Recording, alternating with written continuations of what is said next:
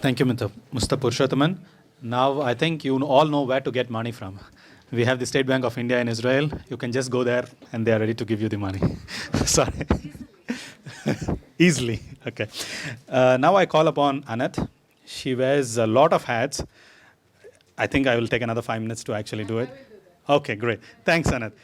She's going to talk about doing business in India, business culture, approach, and Israeli experience. She has been in India for more than... Stop counting. She's going to tell you that. Previous life more. Let me help you out.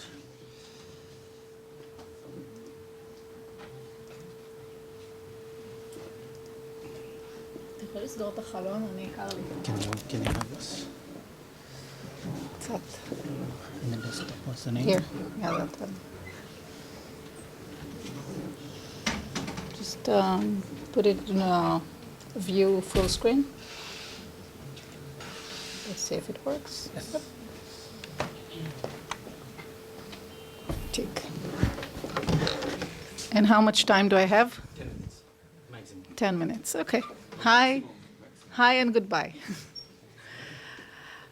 To give me to talk about India, it takes, as you said, so many hours. So 10 minutes is really for me to say my name in Hebrew and Hindi, and that's it. Talking about, let's start the presentation and then I'll... that's a tricky thing. No, actually, you can use this if you want. No, that's okay. Okay. Okay. Well, I need to explain to me. Just yep. Okay. So that's my favorite elephant, and for me, India is like an elephant in a sense that it moves really slow, but there's a big impact once it starts moving. So I'm telling everybody that comes to work in India, that's the image you should have in mind. It will be slow, it will be difficult, it will be heavy, but once the business starts moving, it will be a good business.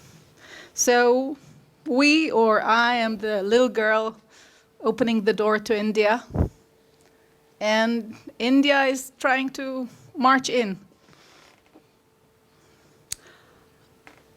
Talking about the hats, the important hats to this forum is A&G Partners, the company that I founded 10 years back. I'm in India for the past already, stopped counting, about 15, 16 years. A&G is an investment firm that I and an Indian investor, Indian partner, I would say, founded together. My other hats, I'm the vice president of the Israel-Asia Chamber of Commerce, which is the umbrella chamber for many Asian countries' chambers. Natasha is the managing director of the chamber. And I'm also the president of the Israel-India Friendship Association. And the reason is that you can't do business without being a friend. And you mentioned it very well. You can't do business in India without creating relations, without being a friend of India. It's not like Eli just said that to me before coming here. It's not like going to Brussels for a few hours, make a deal, and come back. India is a long-term investment. It's not a small race, but it's actually a marathon. And if you'd like to succeed in doing business in India, you should look to the long run, never for a project or a short period. Our firm is like a boutique investment house in the sense that we are involved in several sectors, from real estate to innovation training, to homeland security, to Bollywood even. We have a Bollywood show traveling the world for the past 6 years, and so on. We assist a lot of Israeli companies to enter India, whether in technology or clean tech. We call it the curry rush. I've just listed a few of the more known names that are active in India in one way or the other. Some names that I'd like to mention is Netafim, which has 2 factories in India, one in Baroda and one in Chennai in the south. Na'an, Dan, that was 50% acquired by Jain Irrigation. Plastro, that has actually was acquired by John Deere, but has a plant in next to Pune. And so on, many of those. Taro Pharmaceuticals was acquired by Sun Pharmaceuticals. I mean, 20 years is a short period, and through the years, things are happening, slowly but surely. Nest Technologies, I just entered into the website of NES last week, already 5 locations in India, and all the IT companies appreciate working in India. In the real estate, this list is, I wrote Israeli companies in India, and I thought of adding an out. Many of them quit on India, and in a minute we'll discuss why. And as Purushottam mentioned, the diamond industry is definitely a very solid pillar in the trade relations between the 2 countries. When I'm talking about India, if I had only 5 minutes, that would be enough. The 10 commandments to do business in India is have patience. Once you have patience, things will come. Of course, you need to do something like buying the lottery ticket to win the lottery.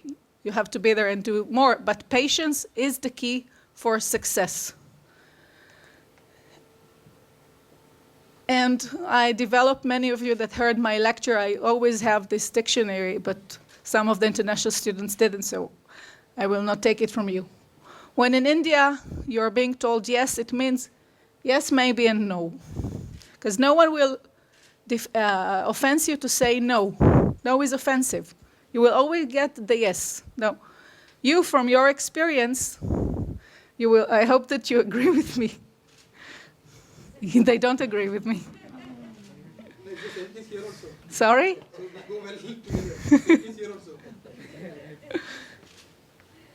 When you're told tomorrow, it means in few days. When you're told in 10 days, it means a month. The time difference is, the time perception is different. When I'm telling you tomorrow, I'm literally meaning tomorrow. In India, the time is, we call it Indian stretchable time.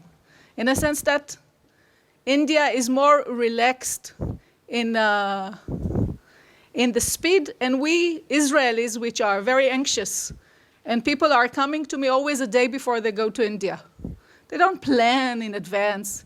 Tomorrow they're in India. And they think that India will work to their pace, and it doesn't work. Because India wants to create relations. People in India want to know that who you are, what's your business, are you reliable? It will take a while. And that's the reason why negotiation in India takes so long. Because we are creating relations. Without relations, nothing will happen. So I'm jumping because I'm really not giving enough time here. I'll jump to something which is really interesting. Actually, both Vani and Eli spoke about the easy things in India, but I'll jump to a study that was done by Dr. Gideon Sneer, which is here with us. Actually, he had to talk, not me. But Gideon interviewed 100 people, both in India and Israel, and came to the understanding that we need to first to talk in order to reach relations. And the base is that the business culture is different. And without acknowledging the business culture differences, business will not happen. Every day, and Ophir from my office shares with me the agony of miscommunications. Indian business people are upset with Israelis about their writing style, their communication style. The Israelis don't understand the Indians because everybody thinks that it's English and we understand each other. But it's a different language. We bring to the English our Israeli mindset.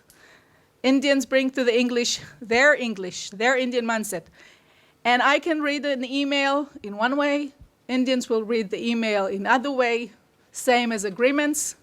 And only when we talk to each other, learn each other, really go into the process, then there is understanding, trust, and communication. How much more time I have? None. Okay, you'll have to come to one of my extended lectures to hear more. Thank you.